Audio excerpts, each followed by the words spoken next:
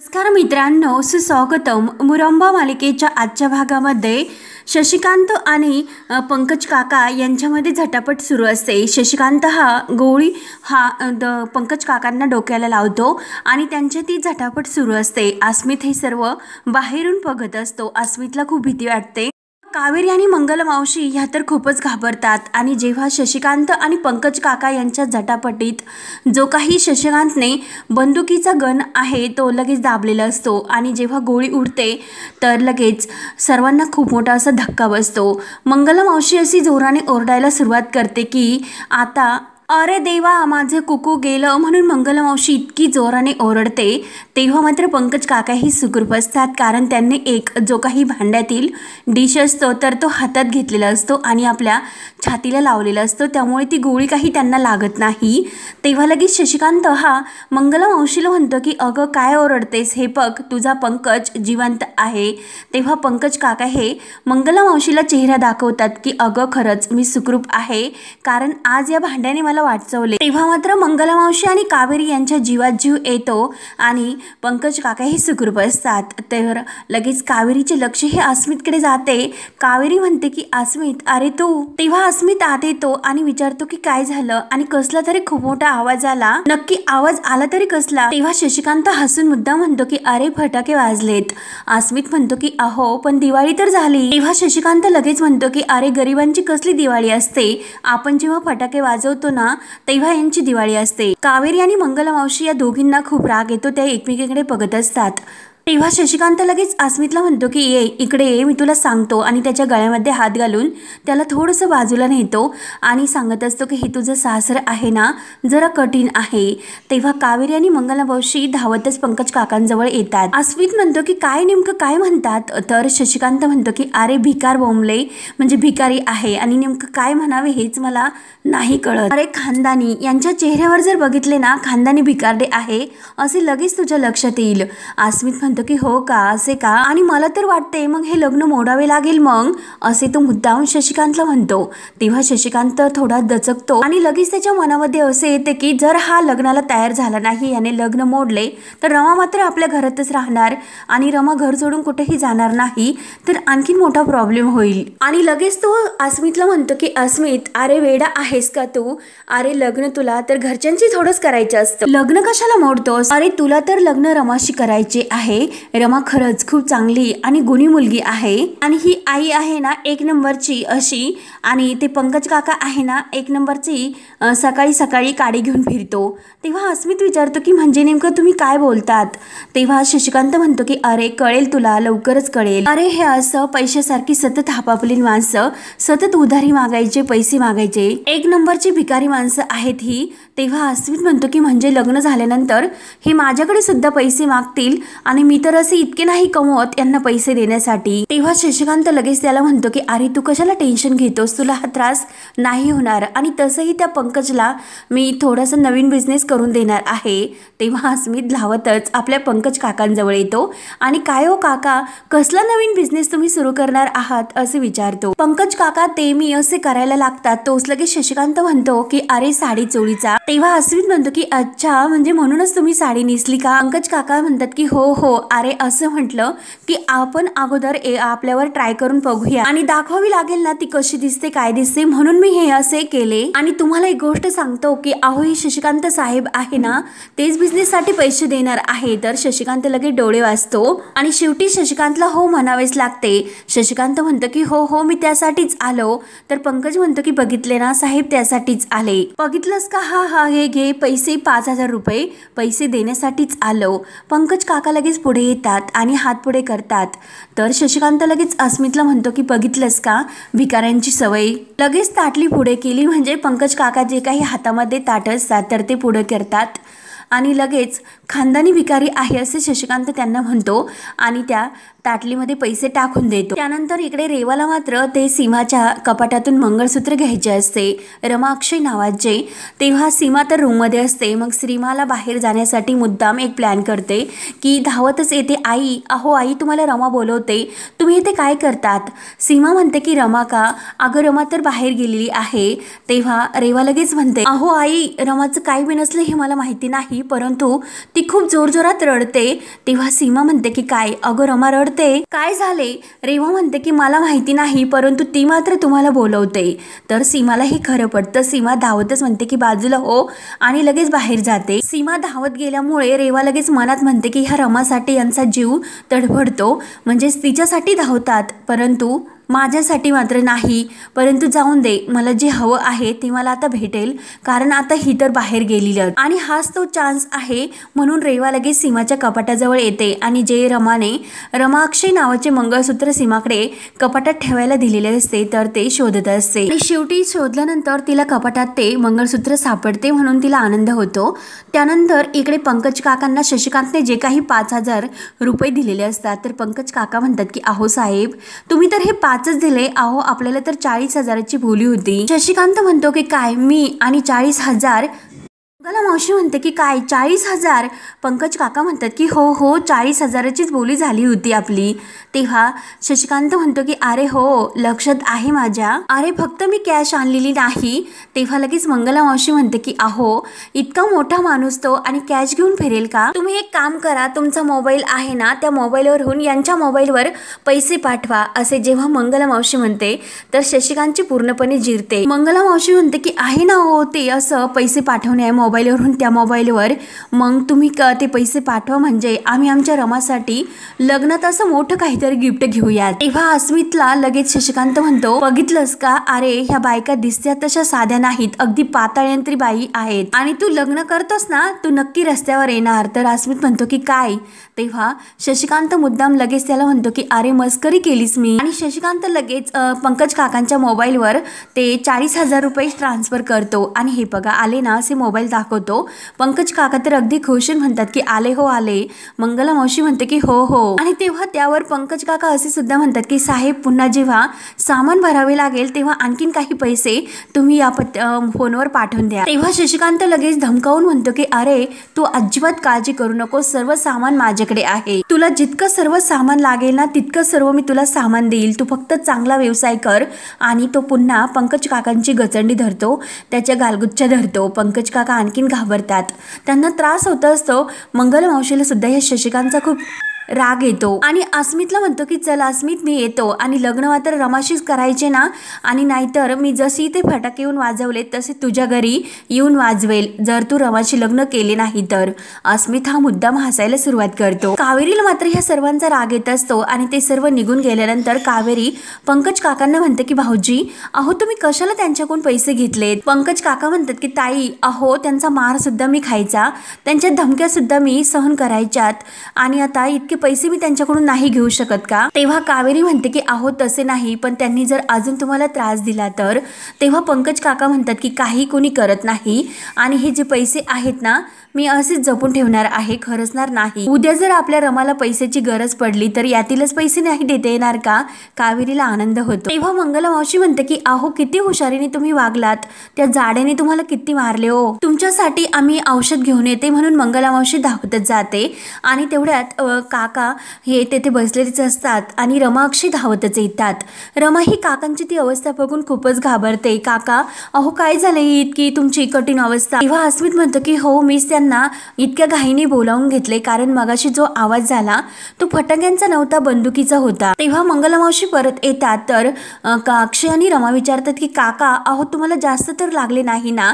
मंगला मावशी म्हणते की जास्त जर यांना जास्त काही झाले असते तर त्या शशिकांत मुकादमला मी सोडले नसते, त्याला इथे गाडला असता। अहो जावई बापू तुमचे वडील आहेत म्हणून मी शांत राहिले आणि त्यांच्या फुल्या फुल्या गोळ्या केल्या असते, तेव्हा लगेच पंकज काका म्हणतात की अगं मंगला काय बोलतेस, अगं तू आता फुलगोळा किती खेळणार आहेस का? तेव्हा कावेरी सुद्धा म्हणते की हो रमा आणि अक्षय अगदी खरं आहे, मला तर असं वाटलं होतं की तुमचे वडील यांचा जीव घेतात की काय. तेव्हा पंकज काका म्हणतात की असं कसं घेऊन देईल, मी काही जीव घेऊन देण्याजोगा आहे का? तेव्हा अक्षय हात जोडतो आणि पंकज काकांची त्यांच्या वतीने माफी मागतो की मी त्यांच्या वतीने माफी मागतो.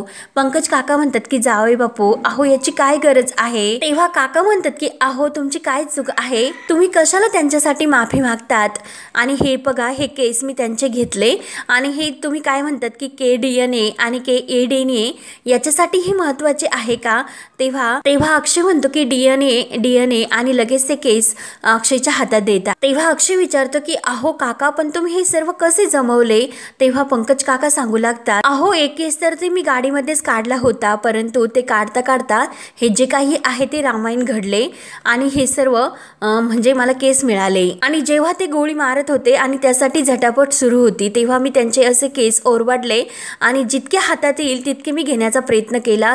केस माझ्या ओरबडून हातात आले तितके मी घेतले, कारण जास्त केस झाले आपलं काम सुद्धा व्हायला पाहिजे ना. तेव्हा अक्षय लगेच म्हणतो की पंकज काका थँक्यू सो मच, अहो तुमच्यासारखा हा माणूस शोधून सुद्धा सापडणार नाही. आणि तिकडे तो शशिकांत मुकादम हा मुलाच्या जीवावर उठला आणि तुम्ही इकडे त्याची मदत करता, म्हणजे तुमच्या जीवाची पर्वा न करता तुम्ही आम्हाला मदत करता. तेव्हा पंकज काका म्हणतात की तुम्ही आपले माणसं आहात, मग तुमच्यासाठी आपण इतकं सुद्धा करायला नको का, केलं तर पाहिजे ना. तेव्हा अक्षय म्हणतो की हे केस अगदी पुरेसे आहे त्या DNA रिपोर्टसाठी आणि आता लवकरच जे काही रिपोर्ट आहे आपल्या हाती पडेल आणि लवकरच सत्य काय आहे ते सर्वांच्या बाहेर येईल, सर्वांना समजेल. तेव्हा मंगला मावशी अगदी खुश होऊन बघत असते तर रमा खुश होऊन म्हणते की थँक्यू काका. त्यानंतर इकडे रेवाने सांगितल्याप्रमाणे सीमा धावतच बाहेर येते आणि अगं रमे रमे असा रमाला आवाज देत असते. जान्हवी ऐकते, जान्हवी म्हणते की आई अहो काय झाले, का रमाला आवाज देतात. तेव्हा सीमा म्हणते की अगं ते जाऊन दे, रमा कुठे, ती का मला बोलत होती आणि का रडत होती, काय झाले तिला. जान्हवी म्हणते की आई रमा, अहो रमा तर बाहेर गेलेली आहे आणि अजून ती आलेली सुद्धा नाही. सीमा म्हणते की काय रमा बाहेर गेली आणि ती अजून आली नाही. आणि अरे देवा, म्हणजे या रेवाने मला सांगितलं की ती तर आलेली आहे आणि ती खूप जोरजोराने रडते म्हणून. तेव्हा रेवाने जे काही सांगितलेले असते तर सीमा सर्व जान्हवीला सांगते. तेव्हा सीमाच्या लक्षात येते आणि सीमा डोक्याला हात लावते की अरे देवा. तेव्हा लगेच जान्हवी विचारत असते की आई अहो काय झाले. तर कारण सीमाला माहिती असते की रेवाने हे मुद्दाम केले आणि ते मंगळसूत्र घेण्यासाठी. तेव्हा तिच्या ते लक्षात येते. त्यानंतर इकडे अक्षय हा त्या इन्स्पेक्टर पाटील साहेबांना फोन करतो आणि आपल्यासाठी जे काही DNA टेस्टसाठी केस लागत होते शशिकांत मुकादमचे तर ते आता भेटलेले आहे आणि लवकरच ते रिपोर्ट सुद्धा येतील आणि तुमच्यापर्यंत मी ते पोहोचवतो, परंतु आता जी काही पुढची प्रोसिजर आहे ती लवकरात लवकर करा. तेव्हा शशिकांत समोरून फोनवर बोलत येत असतो. अक्षय आणि रमाचे लक्ष जाते आणि घाईने ते बोलता बोलता एका तिथे झाडामागे परत त्या ठिकाणी लपतात. तेव्हा अक्षय रागाने म्हणतो की या माणसाचं थोबड जरी बघितलं तर तिडीक येते मला. तेव्हा रमा म्हणते की अहो शांत राहा. तर अक्षय म्हणतो की शांत का राहायचे आणि आपण का लपायचे, गुन्हा करणार ते आणि आपण लपायचे का, त्यांना लाज वाटली पाहिजे, त्यांनी लपायला पाहिजे आणि आपल्याला लपवावे लागते, म्हणून अक्षयला खूप राग येतो. रमा त्याला शांत करत असते की अहो शांत राहा. तेव्हा अक्षय आणखीनच चिडतो, कारण ह्या माणसाला बघितल्यानंतर मला इतका राग येतो, कारण त्या माणसाने माझ्या आईला सुद्धा खूप त्रास दिलेला आहे, तिची सुद्धा अवस्था कशी करून ठेवलेली आहे, ती त्यांना बघून किती घाबरते. ह्या माणसामुळे माझ्या आईचा सर्व कॉन्फिडन्स गेला आणि याचं तर याला काहीच वाटत नाही आणि माझ्या आईला किती त्याचा त्रास होतो. माझी आई घरी त्रास काढते आणि हा मात्र बाहेर 25 लपडे करत फिरतो. एक तर त्या रेवाने आरती वहिनीला मारण्याचा प्लॅन केला आणि तो तर हा माणूस त्या रेवालाच मदत करतो आणि त्यासाठी त्याने आणखीन एक मर्डर केला. आणि बरं या दोघांनी ते तर केलेच केले, परंतु स्वतःच्या मुलाला सुद्धा मारायचा यांनी प्रयत्न केला. नक्की हे सर्व करून याला काय मिळतं या माणसाला, म्हणून अक्षयला खूप राग येत असतो. तेव्हा रमा म्हणते की अहो शांत व्हा, सत्ता आणि ताकद मिळवण्यासाठी हे सर्व करतात. म्हणतो की काय गरज आहे त्यांना सत्ता आणि पैसा मिळवण्याची, काही गरज आहे का ही सर्व असे नाटक करण्याची, इतकं वाईट वागण्याची, कुठे मिळवायची त्यांना ही असली सत्ता आणि ताकद की तिडीक जाते डोक्यामध्ये. असं वाटतं की त्या रेवाला आणि शशिकांत मुकादमला जाब विचारावा आणि चांगली गचंडी धरून त्यांना पोलिसांच्या ताब्यात द्यावे. अक्षय इतका भयंकर चिडलेला असतो कारण त्याला खूप राग येत असतो. बाद झाले आता ती शशिकांत मुकादम आणि रेवा लवकरात लवकर ह्या घराच्या बाहेर गेले पाहिजे आणि पोलिसांनी त्यांना अगदी पकडून त्यांच्या ताब्यात द्यायचे. तेव्हा रमा म्हणते की अक्षय अहो शांत व्हा. तेव्हा अक्षय म्हणतो की किती जरी मला वाटत असलो की ते रेवा आणि शशिकांत मुकादमला पोलिसांच्या ताब्यात द्यावे पण एक भीती सुद्धा वाटते. होईल ना सर्व हे नीट आणि असं वाटतं की नक्की हीच माणसं जिंकणार आहेत की नाही. शेवटी हीच माणसं जिंकणार आहे की काय असे वाटते. आपण जिंकू ना नक्की, कारण ह्या स्वभावाची ह्या वृत्तीची माणसं कधी हरत नाही ग. अगं चांगुलपणा सच्चेपणा याला काही किंमत नाही उरली. या अशी क्रूर व्यक्तीचीच माणसं जिंकतात. तेव्हा रमा म्हणते की अहो असे का बोलतात. तर अक्षय म्हणतो की का बोलतो म्हणजे मला असे कधीतरी निगेटिव्ह फील होते कारण कधी कधी असा विचार येतो की आपण यांच्यासमोर नक्की जिंकू किंवा नाही आणि जर ह्या माणसांनी असेच पुन्हा पैसे चारले तर पुन्हा हे असे मोकाटच फिरत राहतील आणि त्यांना शिक्षा कशी होणार, मग आपण काय करायचे. तेव्हा लगेच रमा म्हणते की अहो रात्र संपल्यानंतर दिवस येतो आणि असे हातबल होऊन कसे चालणार, मला नाही आवडणार ते. तुम्ही इतक्या लवकर हार मानलेली. अहो मी आहे तुमच्या सोबत. जसंही तुम्हाला या अवस्थेत बघून मला त्रास होतो तसा मला तुम्हाला सुद्धा त्रास होतो, मला सुद्धा होतो. तुमची ही अवस्था मला नाही बघवत, मी नाही ते बघू शकत. असे म्हणतात की यशस्वी पुरुषाच्या मागे एक स्त्री असते. स्त्रीच्या मागे उभा राहणारा, खंबीर उभा राहणारा तिचा नवरा असतो, तिची साथ देणारा. आजपर्यंत तुम्ही माझ्या पाठीशी उभे राहिलात त्यामुळे आता मी तुम्हाला यापुढे साथ देईल. तुम्ही अजिबात काळजी करू नका. आणि नवरा बायको जेव्हा एकमेकांच्या साथीला असतात ना तेव्हा देव त्यांना ताकद देतो जगाशी लढायची. तेव्हा चला आता सर्व छानच होणार आहे, टेन्शन घेऊ नका. तेव्हा रमा अक्षयच्या हातामध्ये हात देते आणि अक्षयला खूप मोठा असा आधार मिळतो. खुश होऊन तो आपल्या रमाकडे बघत असतो. त्यानंतर इकडे सीमा आणि जान्हवी धावतच रूम मध्ये येतात. तर सीमा घाईने आपले कपाट उचकते आणि त्या बॉक्स मधील मंगळसूत्र आहे की नाही हे बघते, परंतु तेथे मात्र ते मंगळसूत्र नसते. रागाने ती बॉक्स ती फेकून देते आणि शी खरंच मी खूप मूर्ख आहे, एक नंबरची मूर्ख असे सीमा स्वतःला म्हणून घेते. पुन्हा नको त्या व्यक्तीवर एकदा विश्वास ठेवला ग. जान्हवीला काही माहिती नसते. जान्हवी विचारते की आई अहो काय झाले.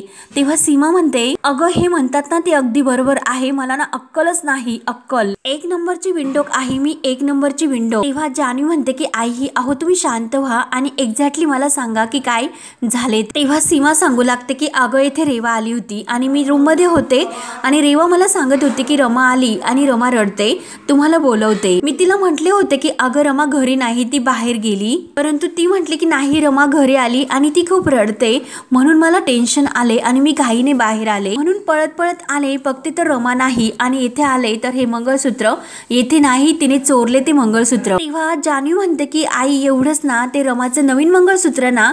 तर सीमा म्हणते की नाही अगं रमाचं जुनं, रमा अक्षय ते नावाचं नाही का ते मंगळसूत्र, अगं ते मंगळसूत्र जानू, अगं ते तिने चोरलं. अगं तेवढी एकच आठवण रमाकडे बाकी होती अक्षयची आणि ते सुद्धा माझ्या वेंधळेपणामुळे गेली. अगं जान्हवी मी तुला सांगते सीमाला खूप असं गिल्टी फील होत असते, काय करू आणि काय नाही अशी तिची अवस्था होती. ती स्वतःलाच दोष देत असते की मी खरंच मूर्ख आहे, मला अक्कलच नाही. तेव्हा जान्हवी म्हणते की आई अहो तुम्ही असं स्वतःला दोष देऊ नका, आपण बघूयात. आणि तेवढ्यात लगेच रमा ही आल्याचा त्यांना म्हणजे आवाज येतो. रमा घाईने दरवाजा उघडते आणि आत येते तर सीमा घाईने कपाटाचे दार लावून घेते.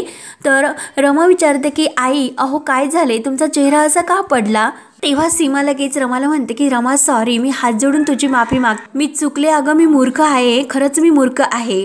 तेव्हा रमा ही आईच्या हात धरते आणि आई काय बोलतात, का माफी मागतात, काय झालं. तेव्हा सीमा म्हणते की मी एक नंबरची मूर्ख आहे आणि स्वतःच्या तोंडात जोरजोराने मारायला सुरुवात करते. तेव्हा रमा ही सीमाचे हात धरते आणि आई का असे करतात, का स्वतःला शिक्षा देतात, अहो झाले तरी काय असे विचारते. तर सीमा ही म्हणते की अगं मी तुझं दिलेलं मंगळसूत्र नाही सांभाळू शकले आणि सॉरी असे सीमा म्हणून परत तोंडात मारायला सुरुवात करते. रमा म्हणते की आई असे काही करू नका, शांत व्हा. आणि सीमाला शांत करत रमा तिला बेडवर बसवते आणि आई असे का बोलतात तुम्ही, शांत व्हा अगोदर. तेव्हा सीमा रडतच म्हणते की अगं सहजासहजी ती माझ्याकडून तुझं मंगळसूत्र घेऊन गेली आणि मी खरंच चुकले, आय एम सॉरी. तर रमा म्हणते की ठीक आहे आई जाऊन द्या, ती गेली ना मंगळसूत्र घेऊन, मग तिच्याकडून परत कसे काढून आणायचे हे मी बघेल. आई तुम्ही मात्र स्वतःला त्रास करू नका. शांत व्हा, टेन्शन घेऊ नका. तेव्हा सीमा म्हणते की काय ग रमा, तू काय करणार आहेस? ती इतक्या सहजासहजी तुझं मंगळसूत्र तुला देऊन टाकणार आहे का? तेव्हा जान्हवी म्हणते की हो आई, तुम्ही अगोदर शांत व्हा, मी बरोबर असं काहीतरी आयडिया लढवेल आणि रेवाकडून ते मंगळसूत्र बरोबर काढून घेईल, पण तुम्ही शांत व्हा अगोदर. तेव्हा रमा म्हणते की नाही जान्हवी ताई, तुम्ही तरी कशाला यामध्ये पडतात, मी बघेन काय करायचे. आणि आई, तुम्ही इथून पुढे स्वतःला अशी अजिबात शिक्षा करून घ्यायची नाही. हे असं जे काही आता केले ते असे परत करायचे नाही, कळले ना तुम्हाला? तेव्हा जान्हवी लगेच म्हणते की जरा बाबांची शिका, किती मोठ्या मोठ्या चुका करतात परंतु स्वतःला मात्र शिक्षा देत नाही आणि शिक्षा मात्र इतरांना देतात. तेव्हा रमा म्हणते की आई, आता फक्त तुम्ही स्वतःचा विचार करायला शिका. शशिकांत मुकादम यांनी बोलून बोलून तुमचा आत्मविश्वास कमी केला, त्यामुळे आता मात्र तुम्ही असे अजिबात खचायचे नाही, तुम्ही स्वतःकडे लक्ष द्यायचे. आणि ह्या छोट्या छोट्या चुका बायकांकडून झाल्यास त्याची शिक्षा मात्र बायका स्वतःला करून घेतात, परंतु पुरुष मात्र कितीही मोठ्या चुका करतात तरी सुद्धा त्या चुका माफ असतात. आणि लहानपणी पालक शिक्षा देतात की मुलांबरोबरच खेळते, म्हणजे ह्या टायमाला वेळेत तू आतमध्ये घरात आली नाही, आणि त्यातून बाहेर पडता पडता तोपर्यंत समाज हा शिक्षा द्यायला सुरुवात करतो. जाडच आहे, बारीकच आहे, सावळीच आहे, काळीच आहे, ठेंगडीच आहे, उंचच आहे, हे सगळं होतं. आणि तोपर्यंत मुलीचं लग्न लावून देतात आणि नंतर मात्र सासरचे शिक्षा द्यायला सुरुवात करतात. जेवणच वेळेवर केले नाही, भाजीत मीठच कमी आहे, तो आमच्या स्टँडर्डचीच नाही, कळत नाही कसं वागायचं, कशी कपडे घालतेस, कशी राहते, हे करतेस ते करतेस, बास. आता ह्या सगळ्यातून आपल्याला बाहेर पडायचे. आई, कोणाच्या दबावाखाली आपल्याला राहायचे नाही, स्वतःला आपण बदलायचे. आणि आजपासून आई एक गोष्ट लक्षात ठेवायची, तुम्ही स्वतःला कधीही शिक्षा करून घ्यायची नाही आणि यापुढे तुम्ही रडणार नाही, तर आता फक्त लढायचे, रडायचे नाही, द्या मला वचन. तेव्हा जान्हवी सुद्धा आईला समजावते की आई, रमा एकदम बरोबर बोलते, तुम्ही सुद्धा आता स्ट्रॉंग व्हायला हवं, बाद झालं हे सर्व. तर सीमा म्हणते की मला हे सर्व जमेल का? रमा म्हणते की का जमणार नाही आई? नाही असं म्हणायचंच नाही की मला जमणार नाही म्हणून, मला सगळं जमतं असंच विचार करायचा. तेव्हा सीमा म्हणते की रमा, अगं तू काहीतरी आज वेगळंच वागते, जरा बदलल्यासारखी वागते वाटतं, हो की नाही जान्हवी? तर लगेच रमा सांगायला सुरुवात करते की हो आई, मला आता यांचा, आणि पुन्हा ती जान्हवीमुळे थांबते आणि पुन्हा म्हणते की आई, खरंच मला आता बदलावेच लागेल, माझ्या आयुष्यामध्ये एक अशी व्यक्ती आहे, त्या व्यक्तीसाठी मला बदलावे लागेल आणि स्वतःच्या हक्कासाठी मला आता लढवावे लागेल. तेव्हा जान्हवी विचार करत असते आणि ती सुद्धा सीमाच्या हातामध्ये हात देते आणि खुश होते. हा भाग येथे संपतो. पुढील भागामध्ये त्यानंतर रमा ही आजी आणि रेवाकडे ते मंगळसूत्र मागायला येते. तेव्हा आजी म्हणते की अगं, घेतले ना तुमचं मंगळसूत्र जरा तू, तर आता तुझ्या या घरात किती दिवस राहिले असे, जरा आनंदात राहा. तेव्हा लगेच रमा म्हणते की 2च दिवस राहिले आणि त्या 2 दिवसात जर वेगळे काही घडले तर. तेव्हा आजी आणि रेवा तर टेन्शन मध्ये येतात. त्यानंतर इकडे अक्षय हा अर्थाकडे बघत रमाला म्हणतो की तुला जे हवं आहे ते तर मी दिलं, परंतु मला जे हवं आहे ते आता तुला द्यावे लागेल. रमा विचारते की काय हो, काय हवं तुम्हाला? तेव्हा अक्षय म्हणतो की उष्टी हळद अगोदर रेवाला नाही तर तुझ्याच अंगाला लागायला हवी. तेव्हा आनंद येतो. आनंद म्हणतो की आता ती जबाबदारी माझी. तर रेवा लगेच हे सर्व ऐकते आणि तुम्ही दोघंही आता अजिबात काळजी करू नका असे जेव्हा आनंद म्हणतो तेव्हा रमा आणि अक्षय खूप खुश होतात. तेव्हा मात्र आता रेवाने हे सर्व बघितलेले असते. तेव्हा आता पुढे काय काय होत राहणार हे बघण्यासाठी आपल्या चॅनलला नक्की सबस्क्राईब करत राहा. धन्यवाद.